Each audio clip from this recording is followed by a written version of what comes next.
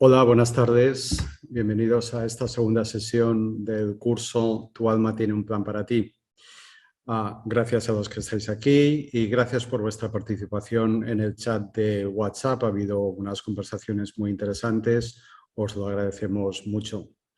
Vamos a empezar hoy por hacer un pequeño resumen de lo que hablamos ayer durante la sesión y a continuación Carol explicará una pregunta que ha recibido y la respuesta que ha dado porque nos parece muy interesante para compartirla con todos y después empezaremos con el tema de hoy. Bien, ayer, algunas de las cosas que vimos ayer, voy a simplemente recordar unas ideas muy básicas, 4 o 5 ideas muy básicas de la sesión de ayer. Ayer hablamos sobre el hecho de la existencia de un plan de alma y sobre la extensión y la profundidad que el plan de alma puede llegar a tener. Hablamos también del hecho de que en este plano en el que estamos el aprendizaje se hace sobre todo por contraste y conectamos eso con la ley de los opuestos, con lo que llamamos el contexto negativo y todo eso a su vez lo relacionamos también con la ley de la atracción y con el concepto de alma con el que trabajamos en este curso y con el que trabajamos en el contrato de alma. El concepto de alma como experiencia de polaridades, de sucesivas polaridades, ¿no? Como la falta de experiencias completas para estar equilibradas.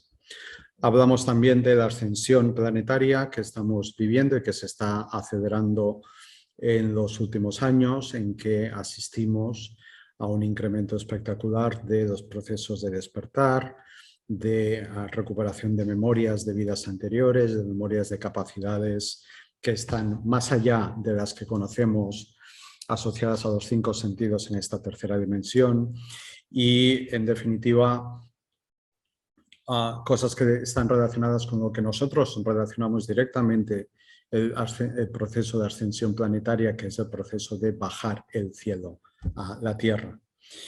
Y hablamos también de que el alma planifica desde el amor, pero también desde el miedo, el alma como un nivel de existencia, un nivel energético intermedio entre el espíritu y la personalidad.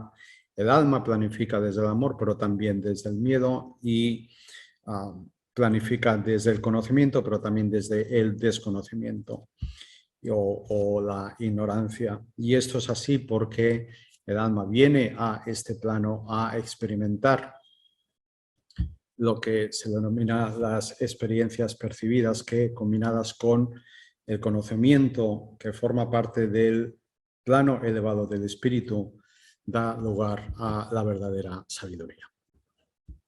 Y ese es el resumen de ayer. Pues muy bien. Pues entonces ahora, antes de comenzar con la sesión propiamente dicha de hoy, vamos a compartir aquí con vosotros en el grupo unas preguntas que me ha hecho una persona esta mañana por privado. Eran una serie de dudas que esta persona pues tenía reticencia en compartir con el grupo y yo considero que son una serie de dudas que pueden ser dudas que tengáis todos. Entonces me ha parecido interesante traerlas aquí y compartirlas, sin decir el nombre de la persona, por supuesto, pero compartirlas con vosotros porque puede que también os lo estéis preguntando y así también quedan algunos conceptos que ya explicamos ayer, seguramente quedarán hoy un poco más claros. Vale, esta persona me pregunta, ¿creer en el plan del alma es como creer en el destino, en que todo está escrito y entonces no podemos cambiar el rumbo? ¿Dónde está el libre albedrío aquí? ¿No es incompatible esta idea de que todo está escrito con la idea de que creamos nuestra realidad? Vale, entonces yo lo que le he respondido y lo que explico ahora aquí, porque ayer lo explicamos, pero no sé si quedó claro cómo creamos nuestra realidad, ¿vale? la idea de que haya un plan de alma y de que creemos nuestra realidad no son incompatibles, no son dos cosas incompatibles. Más bien, al contrario, es justo porque todo está planificado que creamos nuestra realidad. ¿Vale? Y voy a explicar un poco este concepto. En este universo en el que vivimos, nada ocurre al azar. Todo tiene una perfección intrínseca. Todo lo que hay en el universo está regido por unas leyes universales y nosotros, como parte de ese universo, formamos parte, o sea, estamos regidos también por esas leyes universales. Lo que pasa es que muchos las desconocemos. No sabemos qué leyes rigen el universo en el que vivimos. Sabemos las leyes humanas, ¿no? O tampoco. Pero las leyes del universo, pues la mayoría pasamos por la vida y es que ni nos interesa, ni sabemos, ¿no? que están ahí. Pero hay unas leyes que lo rigen todo y una sabiduría que lo rige todo, y esa sabiduría no está fuera de nosotros. O sea, nuestras vidas no escapan a esa sabiduría y a esas leyes universales y a ese plan superior que rige todo lo que existe en el universo. Entonces, hay un plan superior para todo lo que ocurre en el universo, todo lo que existe. Pero eso no implica, o sea, que haya un plan y que haya unas leyes que lo rigen todo, no implica que no haya libre albedrío. El tema es el concepto que tenemos sobre el libre albedrío. Yo no sé si os habéis preguntado alguna vez qué es para mí el libre albedrío. El libre albedrío no es hacer lo que nos venga en gana, ¿no? o lo que nos surja en cada momento. Eso no es el libre albedrío. El libre albedrío se expresa en este plano básicamente en dos ámbitos que voy a explicar ahora. El primero es que, bueno, nuestra alma cuando hace el plan para la siguiente encarnación, escoge, como explicó ayer Josep, escoge una nueva personalidad, ¿vale? Un tipo de personalidad, un ego, ¿vale? Porque el ego es un instrumento necesario para experimentar aquí en este plano la separación de la fuente, ¿vale? La ilusión de separación. Entonces, la personalidad es necesaria, el ego es necesario, ¿vale? El ego, la personalidad, es una construcción artificial, ¿vale? Y todos tenemos un ego, una personalidad. Ese ego tiene el libre albedrío para alinearse con el plan del alma o no hacerlo, ¿vale? Eso es un término que a lo mejor os puede resultar, pues eso, difícil, ¿no? de comprender, pero veremos hoy que cuando sentimos la llamada del alma tenemos la opción de decir sí o decir no. Tenemos esa opción. Y de hecho siempre estamos eligiendo. Siempre estamos eligiendo. Lo que pasa es que muchas veces estamos eligiendo desde la inconsciencia, ¿vale? Entonces sí hay libre albedrío. Podemos elegir alinearnos con lo que el alma vino a experimentar a través de nosotros o no hacerlo.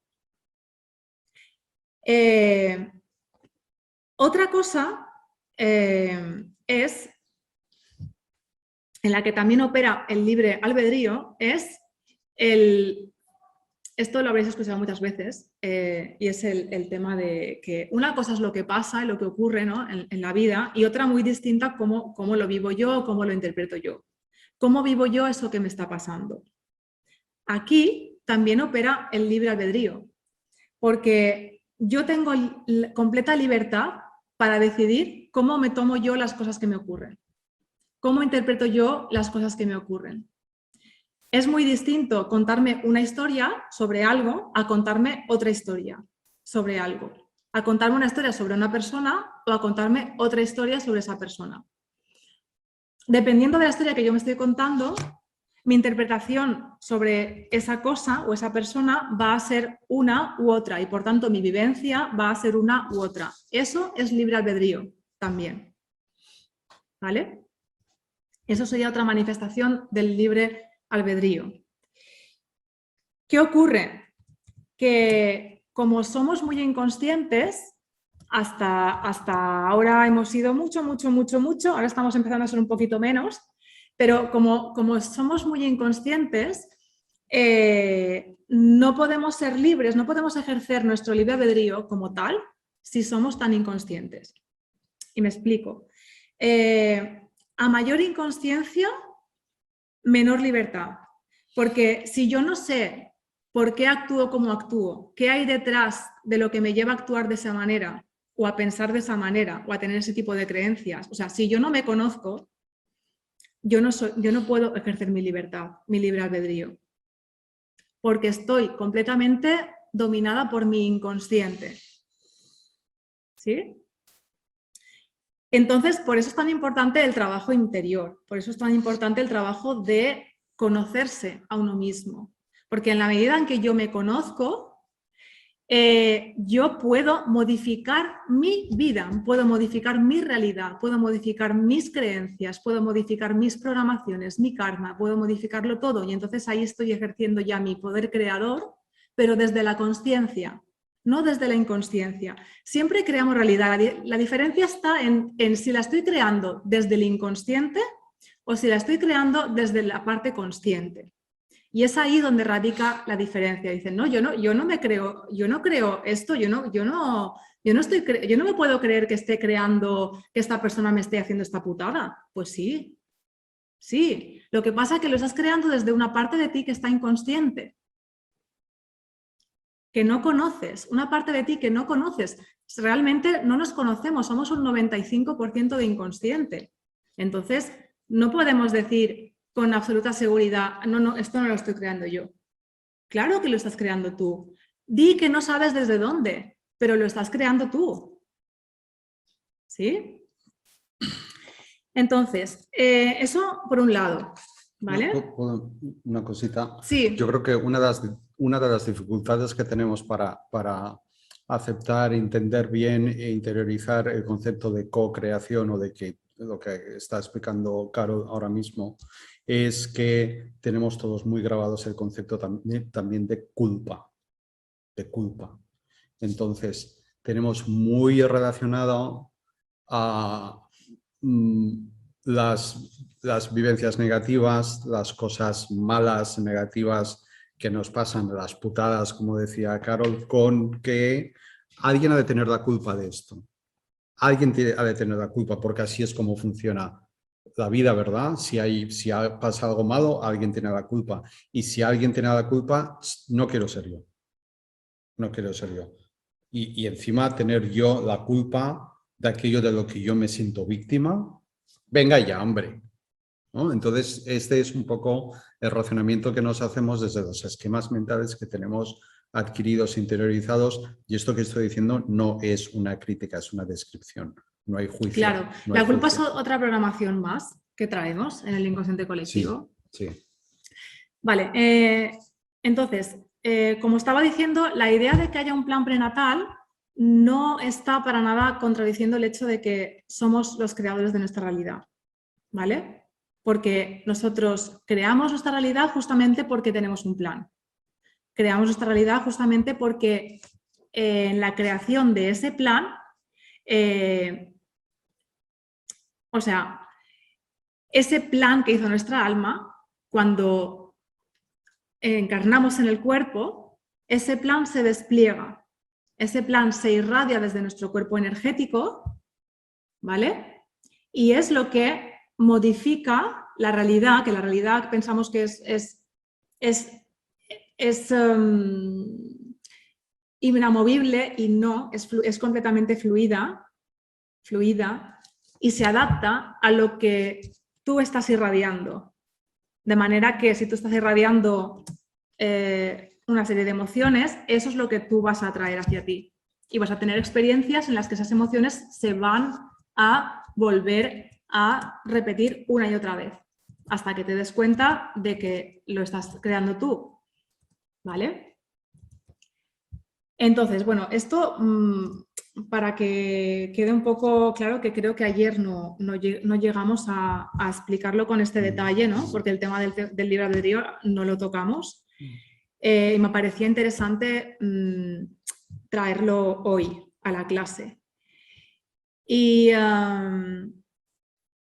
entonces, esto de que creamos la realidad, de que la realidad es fluida y cuando yo empiezo a irradiar mi programación, atraigo lo que está en la misma sintonía, ¿vale? Esto es una manifestación de la primera ley universal, que es lo que es arriba es abajo y lo que es dentro es fuera. Sí, exacto, Estela. No atraes lo que quieres, sino lo que vibra como tú estás vibrando. Por eso pensamos que la ley de atracción no funciona. No, sí funciona, pero es que estamos atrayendo lo que hay en nuestro inconsciente. Atraemos lo que nuestros sentimientos y pensamientos conscientes e inconscientes están vibrando. Yo conscientemente puedo tener muchas ganas de, yo qué sé, de que me toque la lotería. Pero inconscientemente puedo tener creencias de que el dinero es malo, de que el dinero separa a las personas, de que mira cuántos problemas de herencia hay en la familia por culpa del dinero. Yo qué sé, y entonces no me va a tocar nunca. Por mucho que yo conscientemente quiero que me toque la lotería. Sí. Y es por eso, o sea, porque en el inconsciente tengo una serie de programaciones que me están alejando del dinero, porque lo considero sucio o lo considero lo que sea. Por eso es muy importante para conocer qué programaciones traemos, aparte de herramientas como el contrato de alma, porque ahí aparecen todas las programaciones que traemos, aparecen ahí, para trabajarlas, para poder trabajarlas, aparte de herramientas como esta, observar tu vida, observar qué es lo que el espejo de tu vida te está mostrando. Entonces puedes ver tus programaciones inconscientes también. En esto de la observación que acaba de decir Carol, hay una pregunta que nosotros la utilizamos mucho en las sesiones individuales que hacemos, en las sesiones grupales, cada uno consigo mismo, entre nosotros también, cuando estamos bien y cuando no estamos bien, porque es una pregunta que es mágica y es muy simple, tenemos el hábito de, ante las cosas, sobre todo ante las cosas que no nos gusta vivir, que no nos gusta que ocurran, tenemos el hábito de preguntarnos, ¿pero por qué? ¿Pero por qué? ¿Por qué está pasando esto? ¿Por qué me hicieron aquello? ¿Por qué viví no sé qué? ¿Por qué? ¿Por qué? ¿No? Cuando hacemos la pregunta de por qué, nos estamos poniendo en una posición de víctima. Y no solamente de víctima, sino también en una posición de impotencia, de no poder hacer nada, de no tener recursos para cambiar la situación que yo creo que ha sido creada por eso que me hicieron sobre lo que yo me pregunto, ¿pero por qué? ¿Pero por qué? ¿Pero por qué yo? ¿Pero por qué a mí? ¿Pero por qué entonces? ¿Pero por qué de esta manera? ¿No? Bien, ¿qué pasa si cambiamos la pregunta ¿por qué? Por la pregunta ¿para qué? ¿Para qué? Esto que estoy viviendo, esto que viví, esto que me pasó, esto que me hicieron, ¿para qué está o ha estado eso en mi vida? ¿Para qué he vivido eso? ¿O para qué estoy viviendo esto? No es solo un cambio de preposición y ya está, que queda bonito para explicarlo y ya está. Es un cambio de enfoque radical. Y es un cambio también de posicionamiento emocional y psicológico y espiritual hacia la misma vivencia. Porque cuando me pregunto para qué, implícitamente me estoy diciendo que esa vivencia, la que sea, y da igual, literalmente la que sea, da igual lo dura que pueda ser, da igual lo difícil que pueda ser, da igual lo indigerible que pueda ser. Si me pregunto el para qué, me estoy diciendo que eso tiene un propósito, que eso tiene un sentido, que eso tiene una razón de ser, lo cual no necesariamente es fácil de digerir, pero el que no sea fácil de digerir no significa que no sea verdad. Entonces, cuando me pregunto el para qué, además de estarme diciendo implícitamente y por lo tanto estar diciendo a mi subconsciente y por lo tanto a mis programaciones que eso tiene un sentido, tiene un propósito, me estoy diciendo también que no es algo sobre lo que yo no pueda hacer nada. No es algo ante lo cual yo tenga que adoptar como única opción el papel de víctima impotente que no tiene nada que hacer y que lo único que le queda hacer es aguantarse y sufrirlo. Porque si me pregunto el para qué, me estoy diciendo que esa experiencia, esa vivencia, ese trauma, lo que sea, me trae algo para mí. Trae algo para que yo entienda, para que yo vea, para que yo asimile, para que yo aprenda, para que yo interiorice. Y en el momento en que me doy cuenta de que esa pregunta implica que eso trae algo para mí, el paso siguiente, ¿cuál es? El paso siguiente es que el día en que me dé cuenta de qué es lo que trae para mí, esa vivencia, ese patrón, habrá dejado de ser necesario, porque yo ya habré, para decirlo coloquialmente, pillado el mensaje. Y cuando ya haya entendido lo que me está mostrando, lo que me está queriendo decir, lo que me está queriendo hacer comprender, recordar, etcétera, lo que sea, ya está, ya ha cumplido su función y a partir de ahí desaparece. Y entonces a por otro, porque el trabajo no se acaba. ¿Se entiende, se entiende esto? Sí, están diciendo que ellas también lo usan, esto del para qué. Muy bien, muy bien. Sí. Bien. Otra duda que había también de este chico que me ha escrito era, pues eso, que parecía que desde la perspectiva esta que estamos mostrando nosotros estos días en las clases, pues que todo tenía justificación, que las guerras, el hambre, todo, pues que como estaba planificado, pues que todo estaba justificado y que estaba bien, ¿no? Y que le parecía un poco frívolo esa forma de concebirlo, ¿no? Entonces, yo lo que planteo es que nosotros lo que planteamos desde esta perspectiva es que desde el nivel del ego puede parecer que todo tiene justificación, entre comillas. ¿Vale? Es como, sí, está todo justificado, pues sale, venga. Pues están bien las guerras, está bien el hambre, está bien todo. ¿Vale? Desde el nivel, si lo vemos desde el nivel del ego, ¿vale? Pero si comenzamos a verlo a nivel del alma, yo diría que más bien no es que todo esté justificado, sino que todo tiene cabida. Todo tiene cabida, que no es lo mismo que todo está justificado, ¿vale? Y lo voy a explicar. Desde el nivel del alma, toda experiencia es válida y es digna de ser vivida por el aprendizaje que conlleva para el alma. ¿Vale? Otra cosa es que al ego le guste o no le guste, o le guste más o le guste menos vivirla. Pero eso es a nivel del humano que somos aquí. A nivel del alma, toda experiencia tiene su validez y su riqueza intrínseca para ser experimentada. Porque, como dijimos ayer, toda experiencia produce sabiduría. Yo no puedo llegar a la sabiduría si no lo experimento, ¿vale? Desde la acción, desde el plano terrenal. Entonces, desde este punto de vista, todos son manifestaciones de todo lo que es, de Dios, de lo que consideramos Dios, universo o como lo queramos llamar, cada uno le pondrá el nombre que quiera, ¿no? Del infinito que somos, del que somos parte. Entonces, la importancia que le damos al dolor de una guerra, del hambre en el mundo, de la muerte de un ser querido, de cualquier suceso que nos parezca doloroso, tiene importancia relativa aquí, en el nivel del ego, en el nivel de la persona, del personaje que desempeñamos en esta vida. Pero más allá, no tiene esa importancia, entre comillas.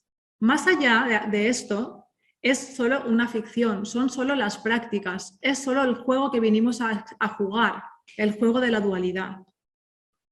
Es una manifestación más de las infinitas posibilidades que tiene la realidad que podemos experimentar aquí. ¿Vale? Entonces, desde ese sentido, no hay bueno ni hay malo. No hay ni bien ni mal, no hay juicio. Toda experiencia es simplemente eso, una experiencia. ¿Sí? Aunque esto puede parecer duro para nuestro ego. Ya lo repito que... Pero, mira, cuando nosotros podemos ver en nuestra vida el propósito del dolor, de experimentar dolor, cuando podemos ver que el dolor tiene un propósito y que siempre es expandir la consciencia que somos, expandir nuestra consciencia, porque no es otro el propósito que tiene el dolor, cuando puedes ver eso en ti, en tu dolor personal, puedes ver ese regalo que trae el dolor a tu vida. Cuando tú puedes estar viviendo incluso el dolor desde la gratitud, es fuerte esto, ¿eh? Pero se puede llegar a vivir el dolor desde la gratitud, porque estoy pudiendo ver más allá del dolor. Estoy pudiendo ir más allá de la situación concreta que me está pasando. Cuando yo puedo llegar a ver esto, ya no voy a ver el dolor ajeno del mismo modo en el que lo veía, como, ay, pobrecito, mira lo que está pasando. No lo voy a ver así. Puedo verlo desapegándome del drama. Puedo verlo desde el regalo intrínseco que trae. Puedo ver la otra cara del dolor, porque ya lo he visto en mí, lo he vivido en mí y entonces lo puedo extrapolar a otra persona y al mundo entero. Y lo puedo extrapolar a la guerra en Afganistán y lo puedo extrapolar al hambre en no sé dónde y lo puedo extrapolar a cualquier cosa. Y esto nos conecta con el conócete a ti mismo y conocerás cómo funciona el universo, porque somos fractales. Nosotros somos fractales del todo. Todo lo que ocurre a la parte más pequeña está ocurriéndole a la parte más grande. Todo lo que ocurre a nivel individual está ocurriendo a nivel del colectivo. Entonces, cuando uno se conoce a sí mismo, conoce el todo. Conoce el todo. Esto los antiguos lo sabían muy bien y por eso practicaban el desapego. El desapego no es que te desapegues de cosas materiales, bueno, también, pero el desapego es desarrollar la visión del águila. Es comprender más allá de nuestra humanidad cómo funciona la vida, más allá de lo que la visión pequeñita de burros que tenemos, porque a veces vamos así por la vida, ¿no? Más allá de esa visión, que es una visión limitada por la consciencia dual que tenemos en este plano, ¿vale? Porque lo vemos todo como bueno o malo, ¿no? O luz o sombra. Pero cuando logramos sobrepasar eso y comenzar a verlo desde más arriba, pues podemos comenzar a ver las cosas con otra perspectiva y con mayor objetividad. Ver las cosas desapegadamente es lo que todos los sabios de todas las filosofías y espiritualidades antiguas es lo que han intentado desarrollar aquí en este plano. De hecho, la meditación como herramienta es lo que pretende. Lo que pretende es conectarnos con ese observador interior que es ecuánime, que no juzga, que no etiqueta bueno o malo. ¿Sí? El desapego, exacto. Vale, y hasta aquí pues las aclaraciones que quería hacer sobre este tema. Solo una cosita muy breve para añadir. dicho todo esto, el hecho de llegar al punto en que uno empieza a observar la vida desde la perspectiva del águila, como decía Carlos, desde la perspectiva del mundo espiritual, del plan de alma, etcétera, etcétera, no significa dejar de sentir la vida. No, claro. No significa que las cosas que ocurren, que suceden, no nos tengan que afectar, que tengamos que tener una coraza, en vez de tener una coraza de inconsciencia, sustituirla por una coraza de iluminación espiritual elevadísima que hace que yo no reaccione ante eso que describimos como los horrores, las barbaridades del mundo. No, no, no, no. No es eso tampoco. Aquí vivimos a vivir lo de aquí. Y eso incluye vivir nuestro cuerpo emocional, vivir los sentimientos, que son una fuente fundamental de aprendizaje para el alma. Sí, se trata de integrar las dos partes, Exacto, porque somos exacto, divinos y humanos. Exacto, exacto. ¿Vale? Y no renunciar a ninguna de las dos. No Exacto. renunciar a ninguna de las dos. Exacto. Y no es fácil, pero se puede. Pero estamos aprendiendo, estamos en nuestra maestría interior. Ahí estamos. Bien, entonces ya pues vamos a la clase de hoy. ¿Esto qué era? Esto era un extra. Bien, hoy vamos a centrarnos en las crisis vitales como oportunidades de evolución del alma. Más o menos esto ya lo hablamos ayer un poco con el tema a partir del ejercicio, ¿no?, que os propusimos hacer. Y también ha salido ahora, ¿no?, en las dudas estas que he contestado. Pero sí quería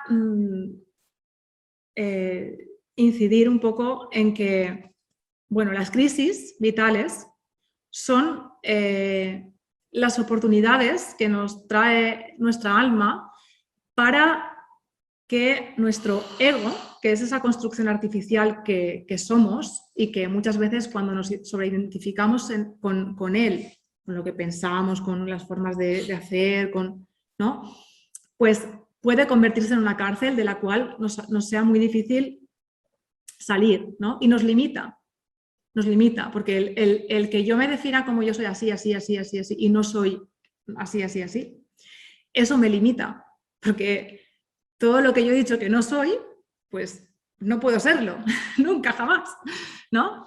Entonces es una forma de estar en el mundo muy limitada, porque no nos permite expandirnos. Llega un momento en el que nos quedamos ahí y ya no nos podemos expandir más.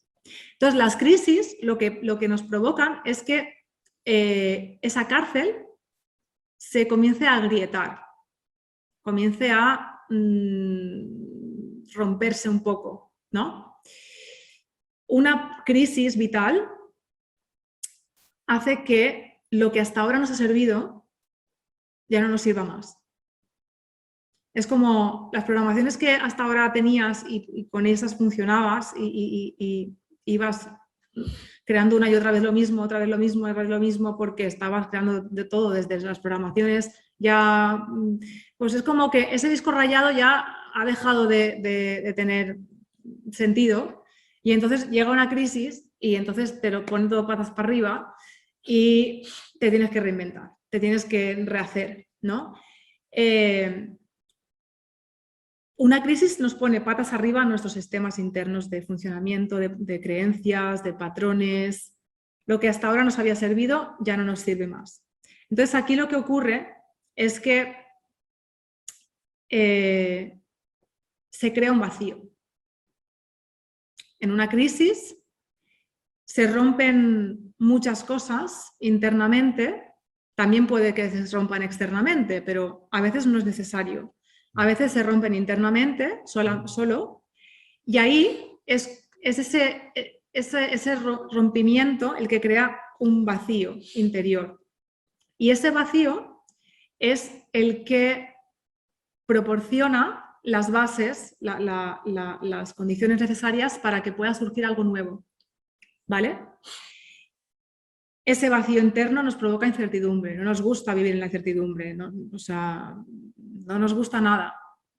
Pero la incertidumbre es necesaria en algunos momentos, en algunas fases, porque si yo, claro, el ego quiere seguridad, quiere saber todo, saber lo que va a pasar, o sea, tenerlo todo controlado. Cuando se rompen estructuras internas, no tiene nada bajo control, ¿no? Entonces, esa incertidumbre que se siente es como que no tengo de dónde agarrarme, no tengo unas bases, ¿no? Pero, sin embargo, es el caldo de cultivo para que pueda surgir algo nuevo, para que pueda manifestarse una nueva expresión del alma a través de esos orificios del ego medio roto, ¿vale? En esas crisis hay unas muertes parciales del ego, ¿vale? Y por tanto unos duelos que hay que hacer internos. Las muertes pues nos provocan dolor, ¿no? Tanto ya sea una muerte externa como una muerte interna. Lo que pasa es que las muertes externas, los duelos externos, los solemos hacer más conscientemente porque vemos que la persona que estaba ahí ya no está, y eso es un hecho, pero los duelos internos muchas veces no nos permitimos vivirlos como tal porque no vemos exactamente qué es lo que ya no está, ¿no? Esto que está describiendo corresponde, voy a conectarlo muy brevemente con el tarot, corresponde a los arcanos 12 y 13, el colgado y el que se le denomina la muerte, aunque en realidad originariamente no tiene nombre, ¿no? El colgado es el que corresponde al que antes Carol describía como el mundo patas arriba, la vida patas arriba, literalmente, y yo patas arriba, es decir, cabeza abajo, ¿no? Porque la crisis, esas crisis implican un cambio de perspectiva, ver las cosas desde otro punto de vista, desde otro enfoque, desde otro ángulo de otra manera y por lo tanto ver cosas que hasta ese momento no veía. No, para verlas es necesario que ocurra llegue ese momento crítico para que podamos adquirir esa perspectiva nueva. Y el resultado de la carta del arcano del colgado es el arcano siguiente, ese al que se le llama la muerte, pero que no es la muerte, que es la muerte en el sentido de que son esas muertes parciales del ego. Es decir, el resultado de ese cataclismo, de ese tenerlo todo patas arriba, es darme cuenta de lo que ya no me sirve y empezar a eliminarlo, que es lo que muestra el arcano 13. Sí, exacto. Vale, y esto nos conecta con algo que también sucede en una crisis y es lo que llamamos la llamada interior. ¿Vale? La llamada interior no se puede producir si no ha habido antes una crisis. ¿Por qué? Pues porque como estamos tan llenos de ego, no podemos escuchar la llamada del alma. La llamada del alma solamente se puede escuchar cuando uno está vacío, uno está vaciándose de sí mismo, ¿vale? Y de ahí la importancia de las crisis. Entonces, la llamada interior implica siempre un impulso a salir de una zona que hasta ahora nos ha resultado muy cómoda o no tan cómoda, pero conocida y sobre todo segura.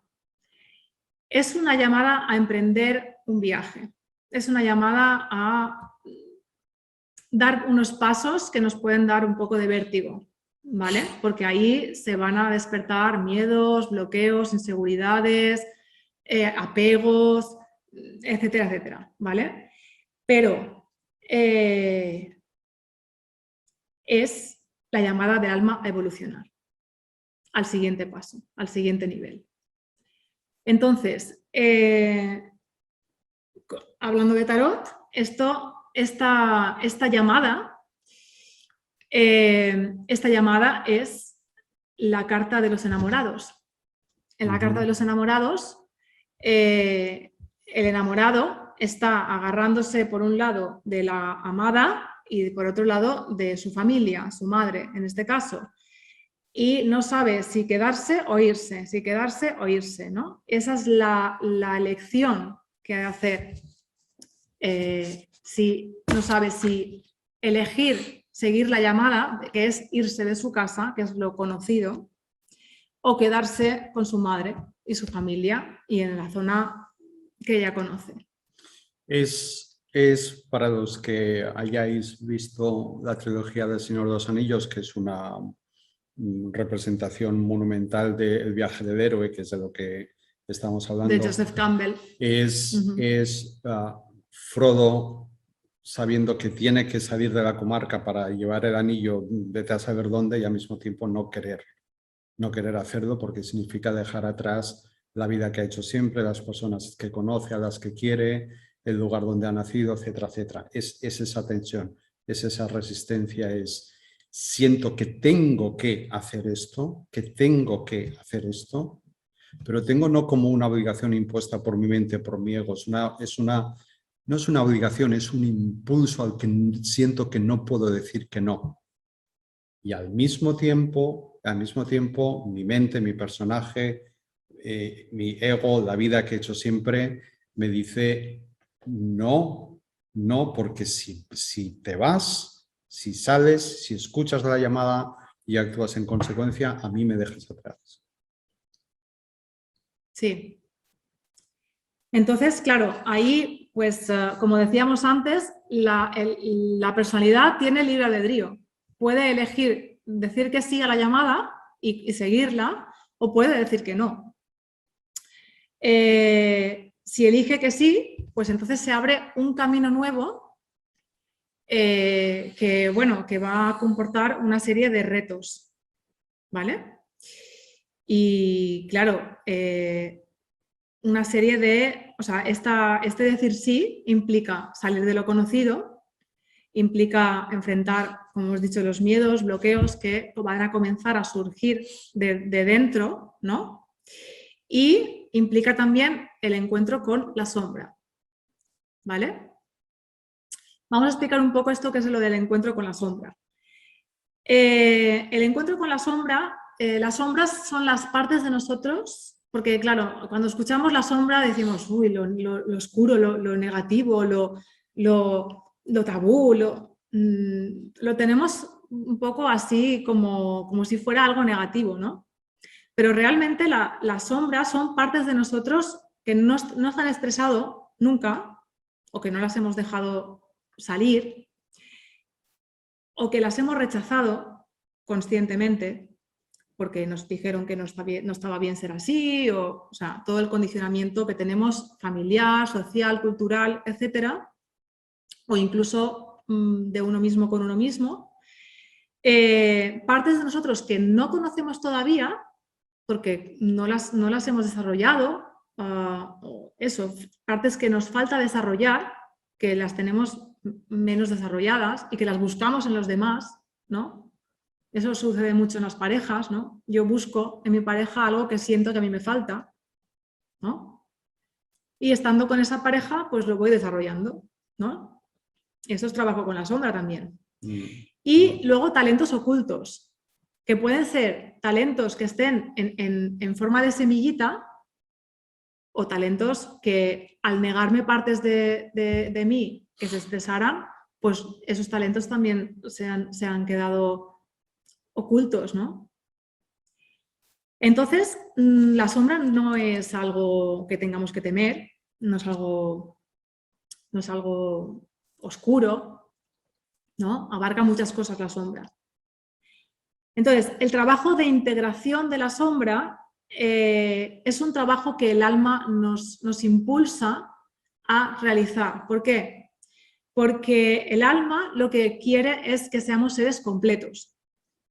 ¿Vale? Esto ya lo decía Jung, el gran psiquiatra Jung. Decía que el alma quiere la completitud, quiere la plenitud en el sentido de que podamos desarrollarnos todo lo máximo posible, ¿no? El alma nos impulsa a la completitud del ser. Esto es lo que Jung llamó el proceso de individuación, ¿vale? Que sería lo mismo, parecido a lo del viaje del héroe, que explica Campbell, exacto. O también se llama proceso de integración del alma. Esto hay otros autores que lo llaman así, ¿vale? Es todo lo mismo. Al final es la integración de todo el ser. ¿Sí? Perdona, esto es lo que hay, esto que acaba de decir es lo que hay detrás de ese fenómeno que se suele comentar a veces. Ese fenómeno que parece que pasa con algunas personas, sobre todo cuando tienen cierta edad y les llega la llamada crisis de la mediana edad y hacen un cambio radical de vida, ¿no? Pues voy a poner un ejemplo que me viene a la mente que conozco de mi vida personal. Una abogada que había estado 20 y tantos años trabajando en un bufete de abogados de muy altísimo nivel, facturando cantidades de muchos ceros cada mes, que decide: hasta aquí hemos llegado con esto y ahora me formo como profesora de matemáticas y me voy a dar clases de matemáticas a un instituto en uno de los barrios más conflictivos, más problemáticos, más violentos de mi ciudad, porque siento la llamada a hacer ese tipo de trabajo. Y paso de facturar no sé cuántos ceros detrás del dígito que sea cada mes a facturar 3 ceritos, por ejemplo, ¿no? O un político que ha sido un político de izquierdas de toda la vida, que de repente nadie sabe qué le pasa y el tío se va a la ultraderecha o al revés. Yo conocí en el Camino de Santiago a un chaval que era abogado, pero tenía un bufete de abogados de los más importantes de España, no, de Europa. Estaba rico, no, lo que viene después. Lo donó todo, se deshizo de todo, de su casa, de todo, y se metió a cura.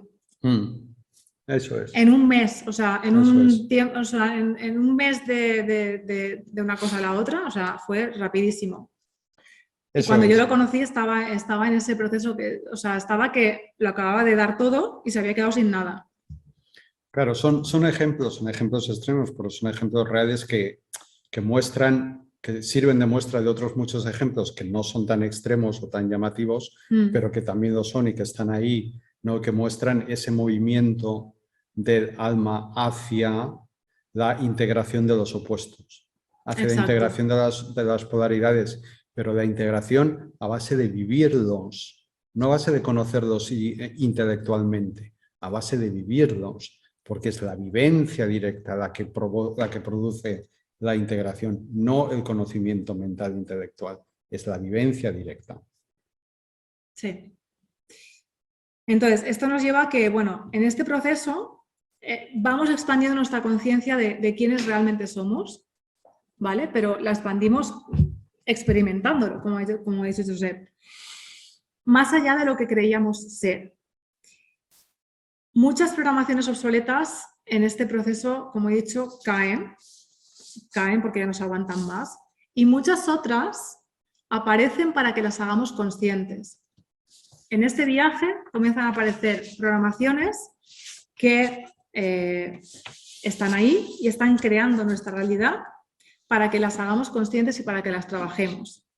¿Vale? Aquí todo el tema del trabajo de la eliminación del karma que hablamos ayer, pues es súper potente, es el trabajo de sanación y eliminación del karma, ¿no? Porque son como las trabas en el camino que impiden que al final nuestra alma llegue a expresar lo que vino a expresar. ¿Sí? Y aquí esos serían como los obstáculos en el camino, lo que llamaremos los obstáculos en el camino, ¿vale? Esto en nuestro programa que os pasamos ayer, creo ya, ¿no? Al WhatsApp. Sí. En nuestro programa de 5 meses, toda esta parte de trabajo con el karma y con la parte de los bloqueos, las creencias limitantes, toda esta parte de sanación y eliminación del karma, pues es un trabajo que realizamos tanto individualmente como a nivel colectivo, que ya hemos visto que en grupo el trabajo se potencia muchísimo más. Y como todos traemos las mismas programaciones, aunque se expresen en cada vida de diferente manera, cuando yo estoy trabajando con mis programaciones y tú trabajas con las tuyas, estamos sanando ambas, ¿sí? Entonces se potencia, se multiplica el trabajo con el inconsciente, ¿vale? Todo ese trabajo de sanación. Vale, pues bueno, hasta aquí lo que os queríamos compartir hoy. Vamos a hacer una dinámica para terminar la clase. Y para hacer esta dinámica vamos a pediros que cerréis los ojos.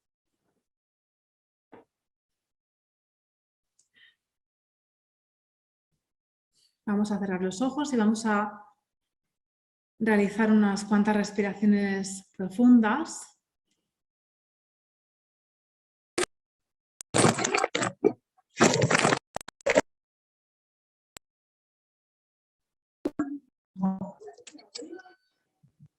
Respiramos profundamente, llevando el aire a la parte baja del abdomen.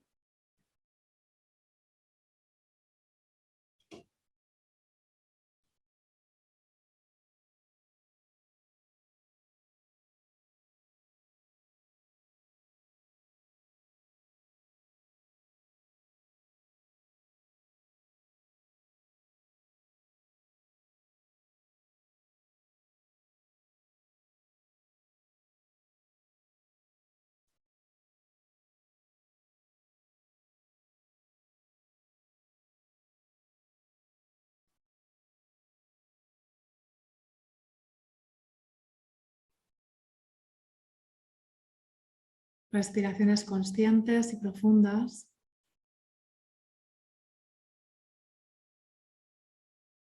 Y vamos a conectar con nuestro corazón.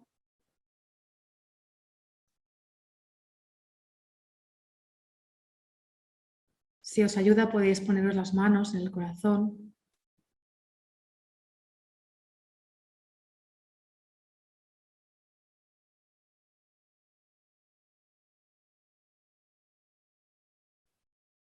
Y simplemente os voy a pedir que sintáis en el corazón, desde el corazón, una serie de afirmaciones que voy a ir realizando.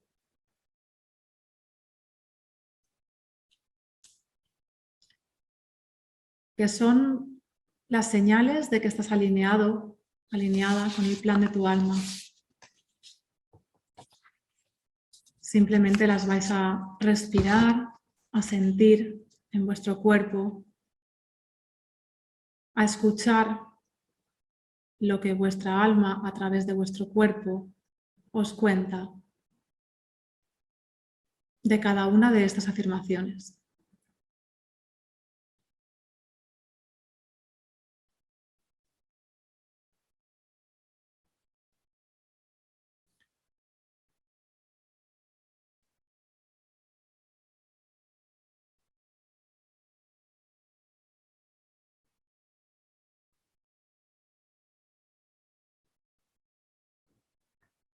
La primera es: sientes que te estás despidiendo de quien ya no eres,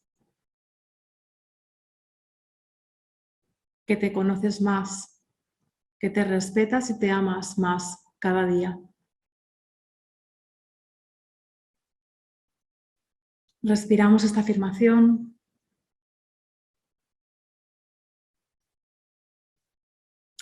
La llevamos al cuerpo. Sentimos.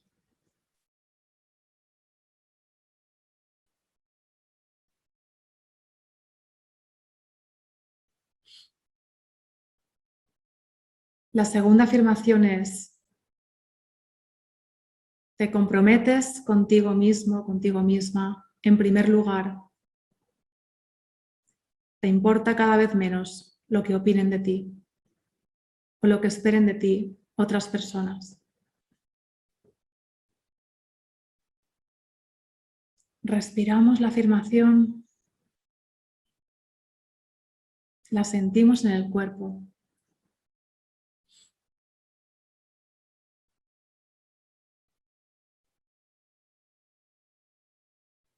Escuchamos si la sentimos como verdad o no para nosotros.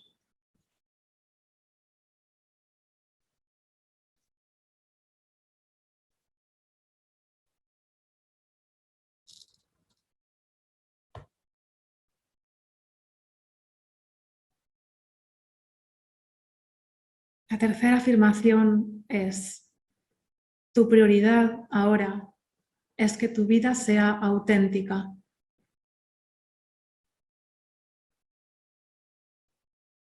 Sentimos esta afirmación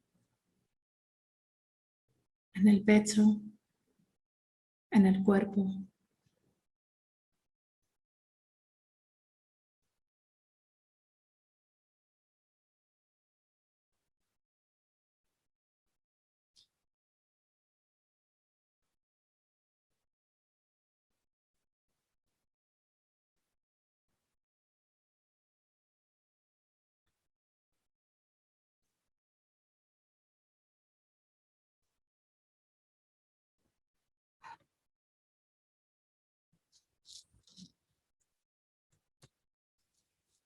La cuarta afirmación: una fuerza interior te impulsa a ser cada día mejor, a superar los obstáculos, los miedos, las limitaciones, las creencias limitantes. Respiramos la afirmación.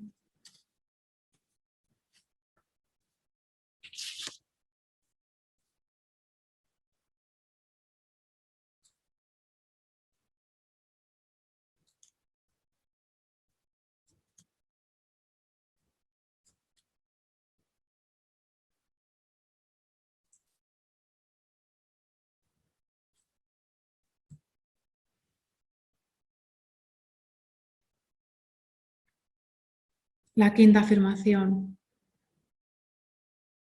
descubres o refuerzas tu vivencia del sentido trascendente de tu existencia.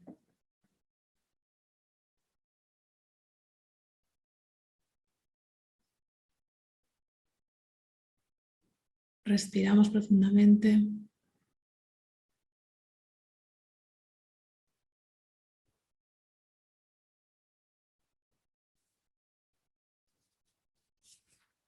La sexta afirmación: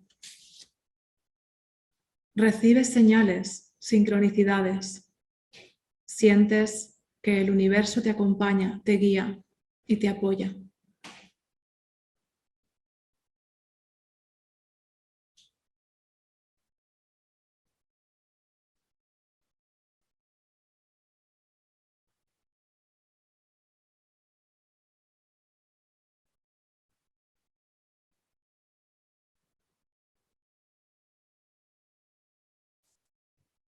La séptima afirmación: empiezas a escuchar a tu voz interior, tu intuición, y decides seguirla.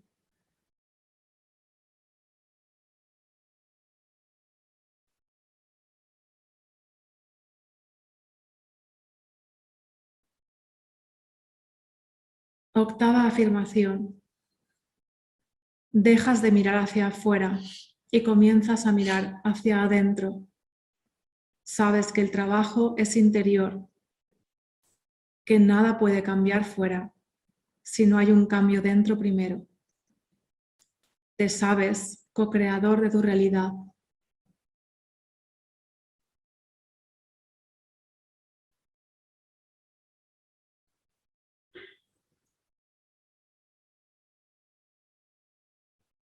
Novena afirmación. Comienzas a verte honestamente con tus luces y tus sombras y sabes que cada situación de la vida te está llevando a aprender sobre ti mismo y a ser quien has venido a ser.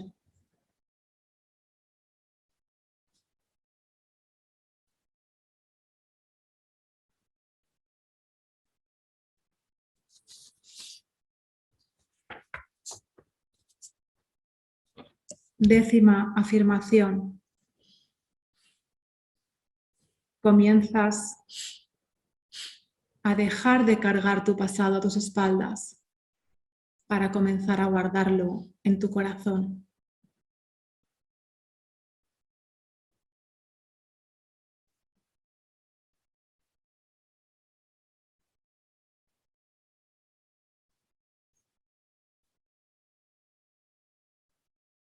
La última afirmación. Sabes que viniste con unos dones y talentos naturales que has de descubrir, desarrollar y compartir con el mundo.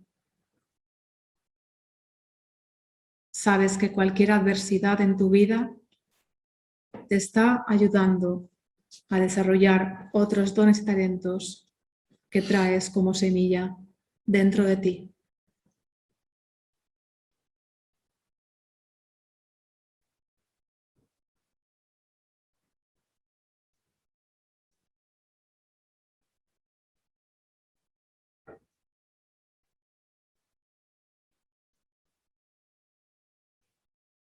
Inspiramos profundamente, sentimos cómo resuenan estas palabras en nuestro interior.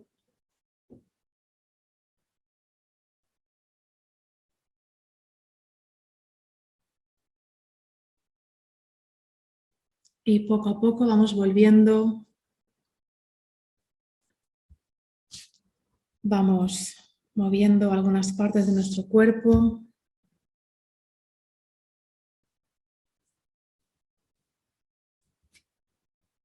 Y cuando nos sintamos preparados, preparadas, podemos abrir los ojos de nuevo.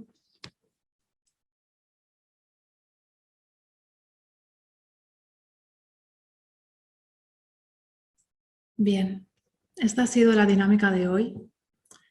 Ahora, cuando vamos a abrir el chat, os vamos a compartir las frases para que las podáis tener y podáis realizar esta dinámica otras veces, en otros momentos, en otras etapas de la vida.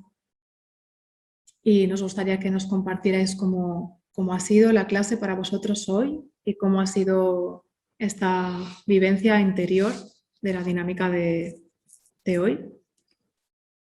Y en este estado en el que estamos ahora mismo, con esta energía en la que estamos ahora mismo, cerramos la sesión de hoy. Continuamos en el chat de WhatsApp. Quienes tengáis ganas de comentar y compartir, lo abriremos un rato. Mañana lo abriremos también un rato y os convocamos a volver a vernos mañana por aquí a la misma hora para la tercera y última sesión, en la que habrá además un par de sorpresas. Muchas gracias a todas y a todos. Ha sido un placer teneros aquí de nuevo. Nos vemos, nos escuchamos, leemos, sentimos en el chat. Nos vemos.